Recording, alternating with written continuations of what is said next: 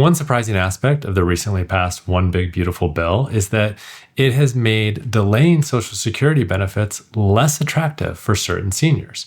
So if you are currently age 65 and above, you are going to get an extra deduction of $6,000 for single filers or $12,000 for married filing jointly on top of your standard deductions. Typical standard deduction, you've got $15,700 for a single filer, $31,500 for married filing jointly. You get an extra $2,000 as a single filer just for being 65. That already existed. And you get an extra $3,200 if you're married and both are over 65. However, on top of that, single filers get this 4-year window of an extra $6,000 thanks to the One Big Beautiful Bill. And married filing jointly get an extra $12,000.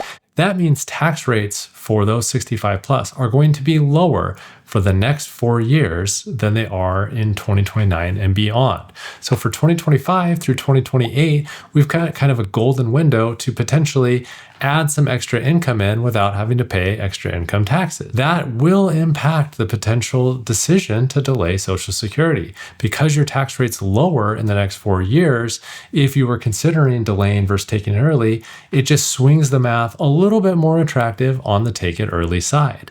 Additionally, if you itemize your income taxes, the SALT deduction is greatly increased for the next 4 years. So that's your state and local taxes. So instead of $10,000 deduction for those, you're getting a $40,000 deduction. So that's going to make a big difference, much higher deduction. And again, thanks to that higher deduction, which is going to be back to $10,000 in 2030, that means the next 5 years for itemized deduction, you're going to get a much bigger deduction, meaning you could pay a lot less in taxes. And again, it makes taking Social Security earlier potentially more attractive just because you're going to pay less on taxes on those benefits now. If you delay, not only is your benefit higher in the future, I mean, that's a good thing, but you forego, the income in the short run, plus you may have to pull down your portfolio, but then that higher income is going to pay higher taxes in the future. So something to consider. Now, it is important to note that the SALT deduction is limited by income, and that's going to kick in way up though at $500,000 for modified adjusted gross income before going back to a $10,000 deduction at $600,000 of modified adjusted gross income. The income limits on the extra standard deduction are much lower. So a single filer, it's going to begin phasing out at $75,000 of adjusted gross income, a modified adjusted gross income, and it's going to be totally gone by $175,000 for a single filer. And for a married filing jointly, it's going to begin phasing out at $150K and be totally gone by $250K.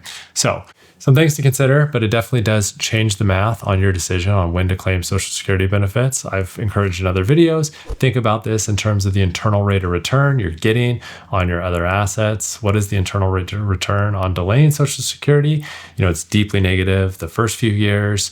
It goes positive, somewhere around years 16, 17, and it becomes reasonably attractive if you're going to have a long lifespan. So anyways, appreciate you tuning in today. Like this video, subscribe to my channel, and share with anyone you think would benefit. Thanks.